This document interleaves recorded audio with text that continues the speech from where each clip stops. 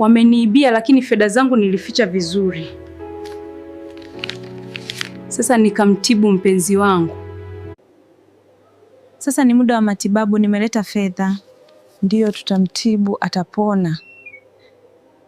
Mungu, naomba umsaidie mpenzi wangu aweze kuimarika, apone haraka, arudi katika hali yake ya kawaida. Amen.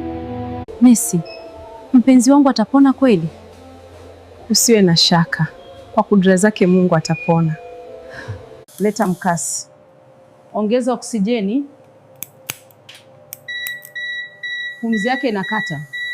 Mpenzi wangu amepona. Je, tutaruhusiwa lini? Anatakiwa kuwa chini ya uangalizi siku 2 kisha ataruhusiwa. Messi, mbona ameshindwa kusimama? Tumuinue. Miguu yake imekosa nguvu. Vipimo vinaonyesha hataweza kutembea tena. Miguu yake imeparalyze. Mpenzi wangu amekuwa mlemavu. Ndio, mnaweza kwenda sasa. Vipi, umeipenda story hii? Usisahau kusubscribe ili kupata mwendelezo.